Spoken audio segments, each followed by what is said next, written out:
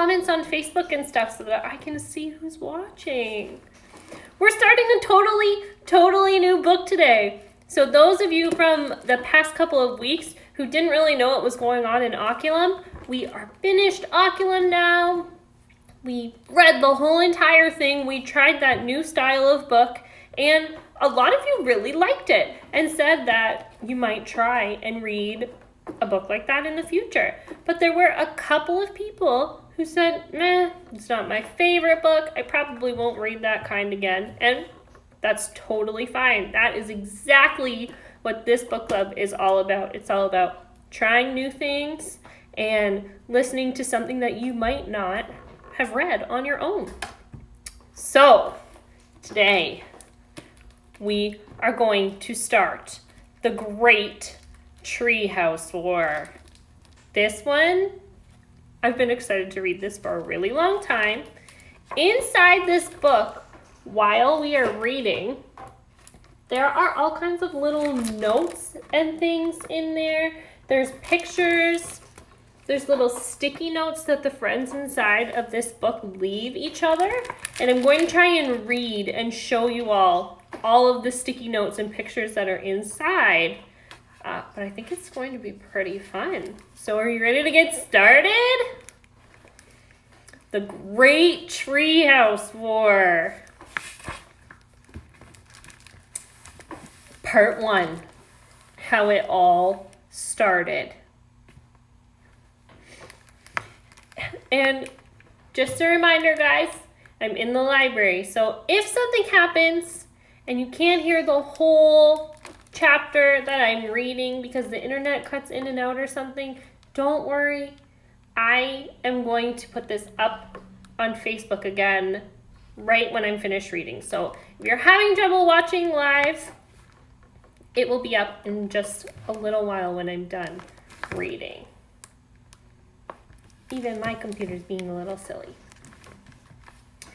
Treehouse 10 ends its 2-week siege. And the school that these kids go to, I don't know if you're going to believe it, but it's called Glenbrook. Or maybe their town. Glenbrook.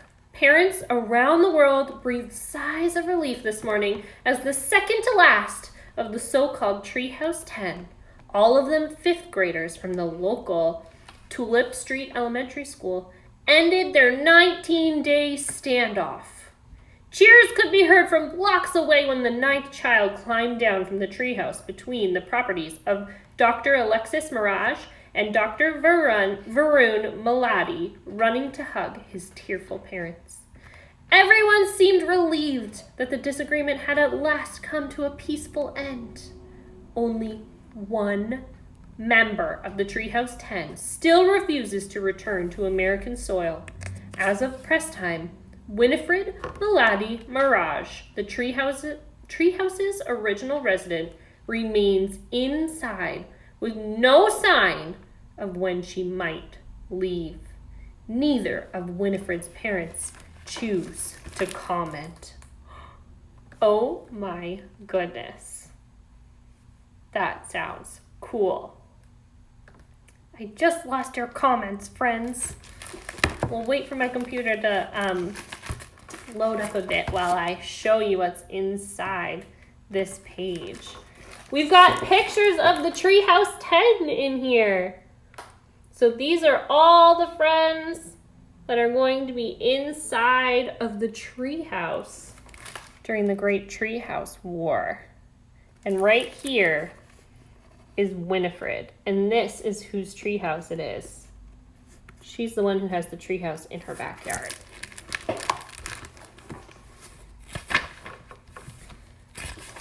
Uh-oh, in the book, now there is a letter from Winifred's teacher. Dear Dr. Mirage and Dr. Maladi, I'm writing in regards to your daughter, Winifred. As I mentioned to each of you in our separate parent-teacher conferences after the first week of school, Winnie is smart, curious, and charming, and gets along with all of the other students. And then I noticed something peculiar. The minute Winnie walked through the door to our room on the first Thursday of school, her face was brighter. All day she was more talkative, more eager to engage. It was as though someone had flipped a switch and brought this previously shy girl to radiant life. I thought that perhaps something amazing had happened the evening before to make her so cheerful. The next day, Winnie was back to her quiet self, and I thought no more of the situation until the following Thursday, when Winnie was once again as carefree as ever. Something clearly had happened the evening before, something absolutely wonderful. The following day, the switch flipped back, and once again, she was shy. I must admit that this morning, on our third Thursday together, I sat at my desk waiting to see which Winnie would walk through the door, and I am both delighted and puzzled to report that it was the happy Winnie, the girl full of sunshine. It's not bad, this weekly change in Winnie, but it's rather curious, and I was hoping that the two of you might be able to shed some light on the situation. If there is indeed something that occurs each Wednesday to make Winnie so delighted, perhaps it might be possible to bring whatever this thing is into her life every single day. I suppose my question to the both of you, and I don't mean to pry, understand I simply ask this in the best interest of your daughter. The question is this: what happens to Winnie on Wednesdays? Yours sincerely, Hector Bonetto. I wonder who Hector Bonetto is. Maybe her teacher? I think teachers write notes home. Maybe the principal? Oh, hi Hannah! My comments just came back. Now I can see you. Hi Hannah! Next chapter. And we've got some notes over here. The last day of 4th grade. A year before what happened. There are a lot of things you should probably know to understand why a bunch of kids decided to climb up a treehouse and not come down. But to really understand it, you'd have to go way back in time and peek through the living room window of a girl named Winifred Melody Mirage on her last day of 4th grade. Since time travel isn't possible, you'll just have to picture things. So picture this. And then there's a note from a friend. Actually, Winnie, some scientists think that time travel is possible if you... Hey, yush, this is not a memoir. This is not a science book. No one cares about time travel. Let's get on with it. From Squizzy. That's silly. After walking home from school, Winnie stepped through the front door with her backpack over her shoulder. Winnie's parents were sitting on the living room couch with their hands in their laps. They were watching the front door, like they'd been waiting for their daughter for a long time. Winnie pulled off her backpack and dropped it in the doorway. Buttons, who was the world's greatest cat, wove his way between Winnie's legs like he knew she was about to need snuggling. Mom, Winnie said, squinting her eyes at her parents on the couch. Dad? She could tell right away that something weird was going on. It's probably important to know that Winnie's parents have never been exactly normal.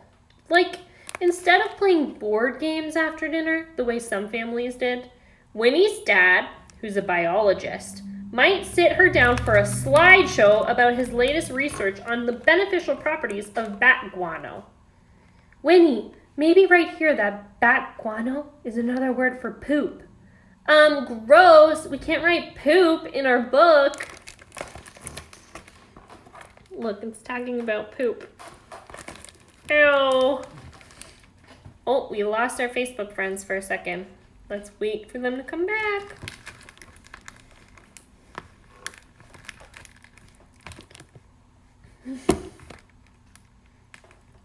Perfect.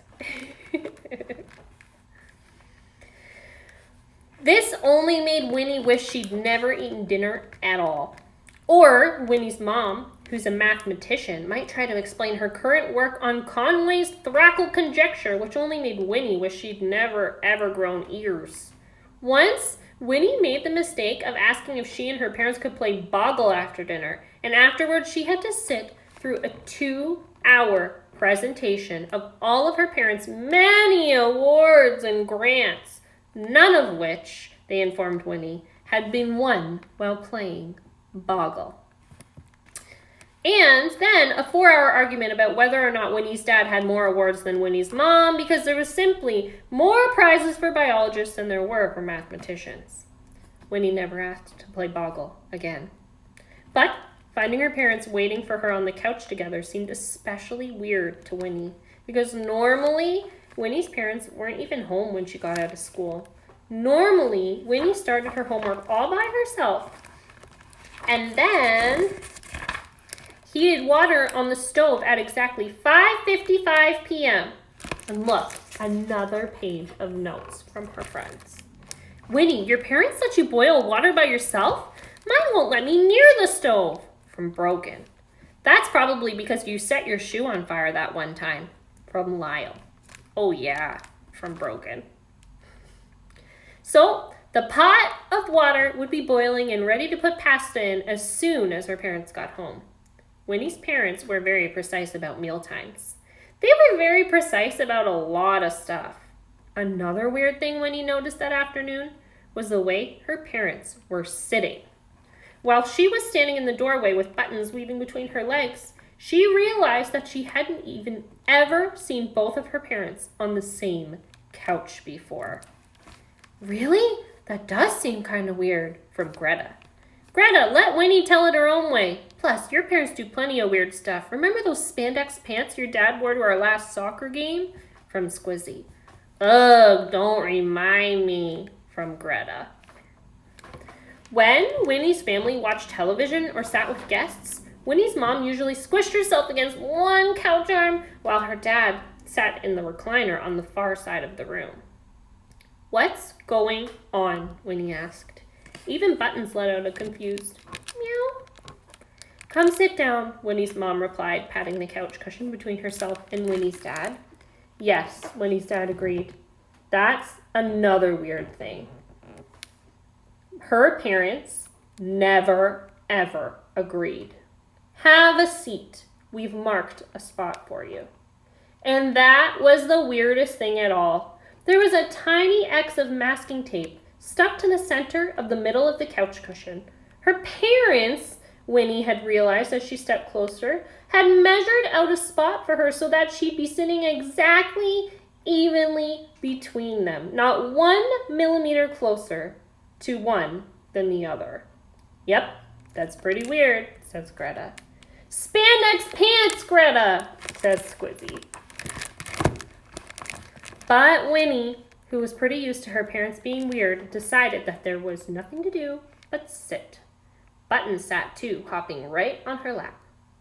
Winifred, her mother said. She cleared her throat.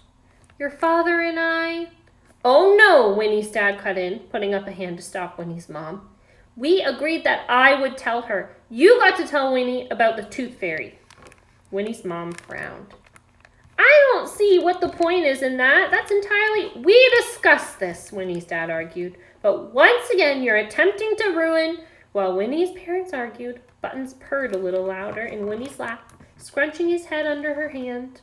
Winnie scratched and scratched at Buttons' soft orange fur while her parents argued and argued. Winnie watched her mom, so angry with her dad, and she watched her dad, so furious with her mom. Her parents might have been acting weird, Winnie realized, but the fighting, that was completely normal. And that is when she realized. Winnie knew, deep in her gut, precisely why her parents had sat her down on that tiny X of masking tape. You guys are getting divorced, aren't you? She asked them. Her parents stopped fighting at once. They turned, both together, and stared at her. That's the thing you were going to tell me, right? Winnie said. Yes, Winnie's mom said, putting a hand on Winnie's knee. But don't worry, we have a very sensible plan for how to divide your time exactly equally between the two of us. Winnie's dad put a hand on Winnie's other knee. Exactly evenly, he told her. For the next half an hour, Winnie sat precisely between her two parents, with one of their hands on each of her knees as they explained their very sensible plan for the future. They'd found an unusual street, they told Winnie. A real gold mine called Circle Road, just 1 block over from Winnie's Uncle Huck's house. Winnie scratched a little harder at Button's neck. Circle Road, Winnie's parents explained, looped around on itself in a tiny circle so that there was just enough space for 2 houses. Winnie stroked Button's soft belly. Winnie's mom would live in the 2-story colonial on the northernmost end of the circle, and Winnie would stay with her on Sundays, Tuesdays, and Fridays. Winnie caressed the base of Button's ears just the way he liked it. Her dad would live on the southernmost side of the street in the yellow split level, which might have seemed smaller than Winnie's mom's house, he informed his daughter, but it was technically bigger because of the square footage of the basement. Winnie would stay with him on Mondays, Thursdays, and Saturdays. Winnie rubbed under Button's orange chin. Both houses had sprawling backyards, they went on, which backed up onto each other. Winnie nestled her cheek against the soft fur at the base of Button's neck. And at the exact center of Circle Road, her parents said, smack in between the 2 houses and definitely not, they checked, on either person's property, was an enormous linden tree with thick branches that reached up in all directions, and that is where Winnie would stay on Wednesdays. Winnie must have squeezed Buttons a little too tightly then, because he let out an angry meow. I'm going to live in a tree? Winnie asked her parents. It was the first thing she'd said in 30 minutes. Don't be ridiculous, her mom said. You'll be in a tree house, her dad clarified. Your Uncle Huck has already agreed to design it. Hearing that made Winnie and Buttons feel a little better, because Uncle Huck was both an amazing uncle and a fabulous architect. He was also the one who taught Winnie all about artist vision, which is still something that would definitely come in handy later, but still... You really want me to live in a tree house every single Wednesday? Winnie asked, glancing from her mom to her dad and then back again. All by myself. It's the only way to split things evenly, her dad replied. Since every week has 7 days in it. 7, is not an even number. Yes, Winnie's mom said. We went over it, and that's the only way it works. 3 days with your father and 3 days with me and 1 day on your own. Doesn't that sound like a very sensible plan? What would you guys do if your parents told you you had to live in a tree house 1 whole day of the week by yourself? Would you do it? Would you sleep up there and everything? Oh my goodness.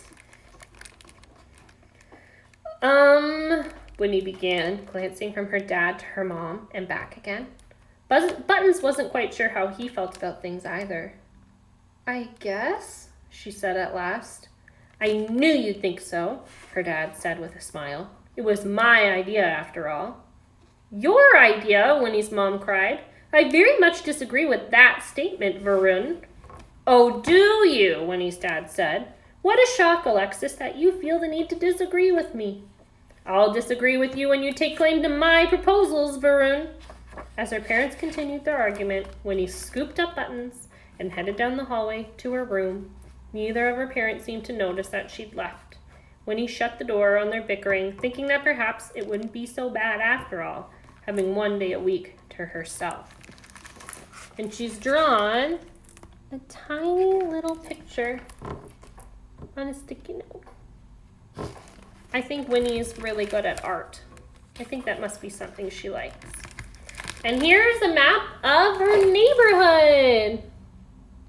So I think right here is Circle Road. And on top here we have her mom's house. On the bottom, her dad's house. In the middle is her tree house. And then it looks like there's a zip line all the way to her Uncle Huck's house. That is awesome. Here's her school, the library. Squizzy's house is this way. And then on the other side is Lyle's house, the police station. And yeah, That's a map she drew of her neighborhood. That is so cool. That makes me want to draw a map of where I live. And now on the next page is Winnie's treehouse design. And it looks like her treehouse is a hexagon shape. Can you see that? She has so much stuff in there. She has a table and chairs and doors. She has a bathroom up there, an art station, a whole bed. She has a projector screen where she can play movies, and a skylight, and a secret place, and then another beanbag bed, and even bookshelves. That sounds like everything I would ever need. I could just live up there forever. Cool. Okay, we're gonna keep reading. We're doing good. A nothing special Wednesday. 2 days before what happened. And we still don't know what's going to happen. It just says something big's going to happen in 2 days. I wonder what it's going to be. The Wednesday before what happened, April 12th to be exact. Winnie had no idea that it was any special day at all. Maybe if she'd known, she would have done things differently. Maybe after school, she would have raced to her treehouse even quicker than normal, in 8 minutes instead of 9 minutes.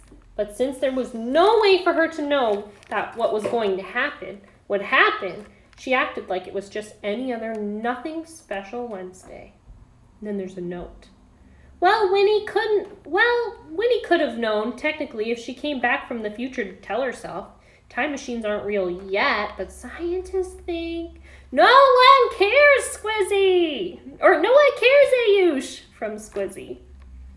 When she reached the linden tree between her parents' 2 yards, Winnie grabbed hold of the rope ladder that clung to the trunk and stuck 1 foot on the bottom rung, and then she hoisted herself up quick as a monkey. And then there's another note. Geckos climb even faster than monkeys because they're hairy feet. Lizards rule. From Tabitha. If all it takes is hairy feet, then my brother Kyle should try climbing Mount Everest. From Logan. Good one, Lo. From Brogan. The treehouse stood about 15 feet off the ground, so it was a long climb up the rope. But Winnie had been climbing it every Wednesday for nearly a year, so she was good at it. Look at all those notes. I think this is a very cool part of the book. Just before she reached the bottom of the treehouse, where the under porch scooped out a little hollow for her sitting and unlatching the trapdoor, Winnie reached out her left hand to rub the bronze plaque that had been hammered into the tree's trunk long ago. And it says, the plaque says, planted by the Republic of Fitizio, 1863. That's what the plaque said. Winnie had looked it up once, and it turned out that the Republic of Fitizio was a former country in Western Europe, which had gone belly up over 100 years before Winnie was even born. Winnie had no idea why someone from a now extinct country would have planted a tree in her hometown, far away in suburban Philadelphia. But having the plaque there sure made her tree feel even more special, so she always gave it a little rub when she climbed past for good luck. Winnie spun the combination on the trapdoor's padlock and pushed her way inside the treehouse. Buttons was sitting in the middle of the treehouse floor, licking one paw and waiting for her. Just like Winnie, Buttons moved from house to house every day of the week. Sundays, Tuesdays, and Fridays at Winnie's mom's, Mondays, Thursdays, and Saturdays at her dad's. And on Wednesdays, he climbed the branches of the linden tree and squeezed through the cat door just beyond the human entrance, keeping guard till Winnie joined him. That's so cute. I'm glad her cat comes with her every time that she goes. The first thing Winnie did when she got inside, since she still thought it was a nothing special Wednesday, the same as every other week, was cross to the kitchen area and grab a snack. The treehouse was pretty big, maybe 6.5 kid lengths wide. The thick trunk of the linden tree ran through the center of the house all the way up to the second floor and out the top of the roof. And it was an excellent spot to tack up doodles and drawings. Those weren't the only decorations in the treehouse, though. When she'd first moved in, Uncle Huck had helped Winnie paint each wall different colors.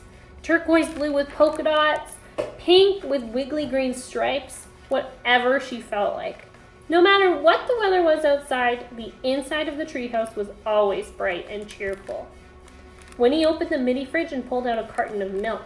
From the cupboard above the sink, she grabbed a green bowl, a spoon, and a box of Fruit Loops, and then she sat down at the small round table. Buttons settled himself on top of the table like a fluffy kitty king.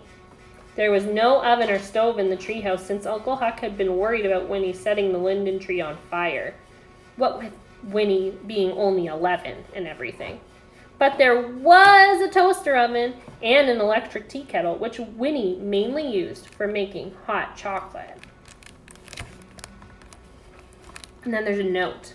The only problem with Winnie is that her favorite type of hot chocolate is the kind with the mini marshmallows. Everyone knows the dark chocolate hot chocolate is the best, from Squizzy. Wrong! Sugar-free hot cocoa is better than anything, from Lyle.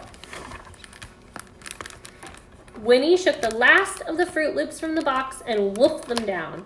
And then she pushed the bowl to Buttons, who lapped up the speckly milk after finishing. Sorry, our Facebook just went away for a second. After finishing their snack, Winnie and Buttons checked the mailbox. The mailbox was really a large platform that Uncle Huck had rigged to a pulley. If someone left Winnie a letter or a package, they'd push a button that lit the red light bulb near Winnie's kitchen window. Then all Winnie had to do was open the window and haul the platform up. Uncle Huck often left Winnie a treat or two on Wednesday afternoons. Maybe a cooler of lemonade for her fridge or a couple of ham sandwiches for her and Buttons. Buttons really liked sandwiches. That afternoon, there was a fresh box of Fruit Loops and a brand new sketchbook. Winnie hugged the sketchbook to her chest and took a whiff of its fresh paper smell. Somehow, Uncle Huck always seemed to know exactly what she needed, even before she thought of it by herself. For a moment, Winnie considered climbing out the window and onto the roof, where Uncle Huck had installed a two-way zip line that ran directly between her treehouse and his house, 1 block away. It would be the fastest way to drop in and say thanks, but in the end, she decided against it. Thinking it was a Nothing Special Wednesday, Winnie decided to do all the nothing special things she normally did, which were really kind of special after all. Isn't that cool? I feel like I could spend a lot of time in this cool treehouse. I don't think I'd ever want to come out of it once I got up there. With books and Fruit Loops and hot chocolate and a movie projector. If you guys had your very own giant treehouse like this, what is the one thing you think you would need in there? Your most favorite thing that you would want to have up there? I would be excited to hear.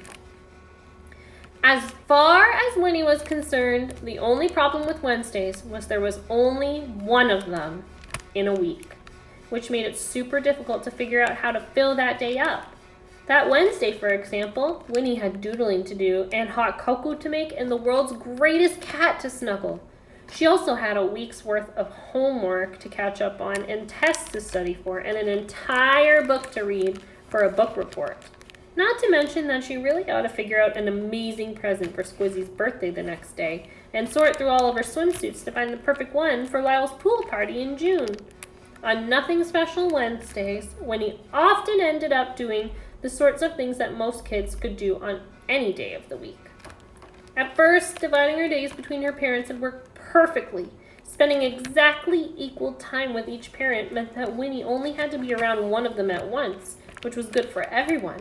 Because whenever her parents were in the same room together, they always found some way to drive Winnie crazy. One time, at the Parents' Night concert, Winnie's dad was seating 2 rows farther back from the stage than Winnie's mom, and he'd made such a stink that Greta's great-grandma finally switched with him. So, at the very sensible plan that Winnie's parents had thought up, it seemed like it was a total success. And then, Winnie's mom remembered about Thanksgiving. Before the divorce, no one in Winnie's family had ever cared about most holidays. Like Easter or Hanukkah or Diwali, the only one that they celebrated at all was Thanksgiving. Before the divorce, they always had a huge family feast. Winnie's mom would make turkey or cranberries and 4 kinds of potatoes, and Winnie's dad would prepare sausage stuffing completely from scratch. Uncle Huck brought his famous blackberry pie, which was Winnie's favorite dessert on the planet, and they'd spend the day talking and toasting and telling stories and stuffing themselves silly. Back then, Winnie figured that if you were only going to celebrate one holiday a year, Thanksgiving was a good one to pick. So maybe it shouldn't have been too surprising that when Winnie's mom realized she was never going to celebrate Thanksgiving with her daughter again, because Winnie's dad always had her on Thursdays because Winnie's parents made this sensible plan, she decided to pick a new holiday to celebrate and to make it even better than Thanksgiving. To make Winnie forget about that silly dinner that you had with your father. The holiday Winnie's mom picked was Flag Day. Winnie's mom didn't ask Winnie if she wanted to celebrate Flag Day. Instead, she packed her daughter into the car that Tuesday afternoon and drove her to the local dedication ceremony of the new flag retirement box outside the sheriff's office. The ceremony was about as boring as that last sentence I read was. "Isn't this just as much fun as Thanksgiving?" her mom asked when they were on their way back to the house, designing their own flags and sporting silly bonnets like Betsy Ross. Winnie could tell that it was important to her mom that Flag Day would be a super incredible holiday. And really, Winnie figured, what did it hurt to lie a little just to make her mom happy? So she told her, "Yeah, Mom, Flag Day is amazing, even better than Thanksgiving." Well, maybe Winnie should have known. Maybe she should have predicted that her mom would call her dad and brag that she'd found a holiday to celebrate with their daughter that was even more stupendous than the one he was stuck with. Maybe Winnie should have figured out that once her dad heard the news, he'd devote weeks of his life to researching little-known holidays online so that he could one-up Winnie's mom. Maybe Winnie should have imagined that just a few Saturdays later she'd be spending an evening in her dad's backyard, camping out in sleeping bags and peering through binoculars for signs of extraterrestrial life to celebrate World UFO Day. And okay, World UFO Day was actually pretty fun. Winnie and her dad snacked on space ice cream and made up their own goofy alien language. They played ultimate UFO frisbee and then stayed up late into the evening watching the stars. The problem was that Winnie's mom saw them celebrating World UFO Day from the window of her house. Winnie would later wonder if her dad had secretly planned on her mom seeing them all along. This, of course, led Winnie's mom to research even more unique holidays of her own. And that's when things really started to get bonkers. Some of the holidays Winnie and her mom celebrated were awesome, like Ice Cream Sandwich Day. And some of the holidays were unusual, like Cow Appreciation Day. And some of the holidays were ones Winnie wished she'd never heard of, like Underwear Day. Winnie did her best to keep the new holidays a secret from her dad, but he found out anyway. Winnie would later wonder if her mom didn't specifically plan a parade for Lasagna Day in order to rub her dad's face in their party. So before long, Winnie was observing even more obscure holidays with her father. Sandcastle Day, Bad Poetry Day, Burger Day. The more holidays her dad found, the more holidays her mom found. And the more holidays her mom found, the more her dad did. And when Winnie's mom took her to the boardwalk for a blowout roller coaster day bash, Winnie's father responded with a full-on fiesta for Take Your Cat to the Vet Day. Buttons wasn't too excited about that one. By the time Winnie started 5th grade at Tulip Street Elementary, she was celebrating the holiday every day of the week, except, of course, on Wednesdays. And it wasn't that Winnie didn't like holidays, but tossing hundreds of Slinkies down the stairwell over and over for National Slinky Day meant that there was very little time left in Winnie's afternoon to do anything else. Her parents were so focused on making sure that every single day they spent with their daughter was better than any day she spent with her other parent, that Winnie never had a spare second to doodle in her sketchbook or hang out with her friends or even finish her homework. Except, of course, on Wednesdays. So that Wednesday, the Nothing Special Wednesday, Winnie did exactly what she wanted. She snagged some supplies from her art station, where there was an easel and tons of paper and paintbrushes and pipe cleaners and pretty much every art supply you could think of. She walked by the lounging area with the daybed and the teeny tiny bathroom, and she climbed up the steps to the second floor. There she flopped down on her giant beanbag bed and opened up her new sketchbook from Uncle Huck.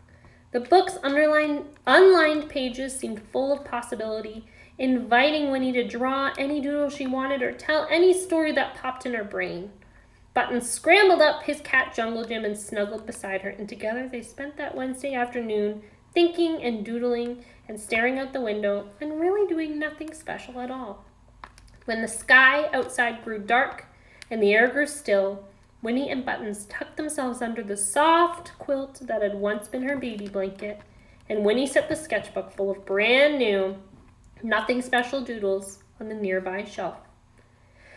They gazed out the skylight above them, watching the leaves and the stars and the world, keeping each other company in the comfortable quiet.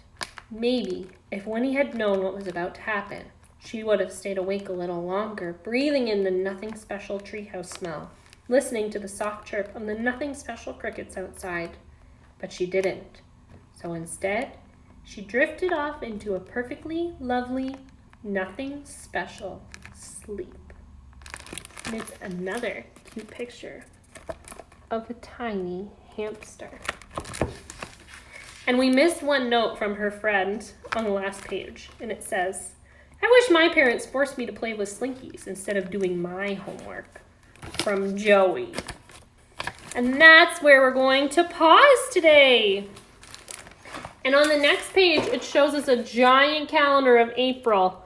And it shows us all of the holidays they're celebrating, like Peanut Butter and Jelly Day, and Caramel Popcorn Day, Dolphin Day, Bulldogs Are Beautiful Day, Blueberry Pie Day, Hug a Plumber Day. There's just crazy days on this whole entire page.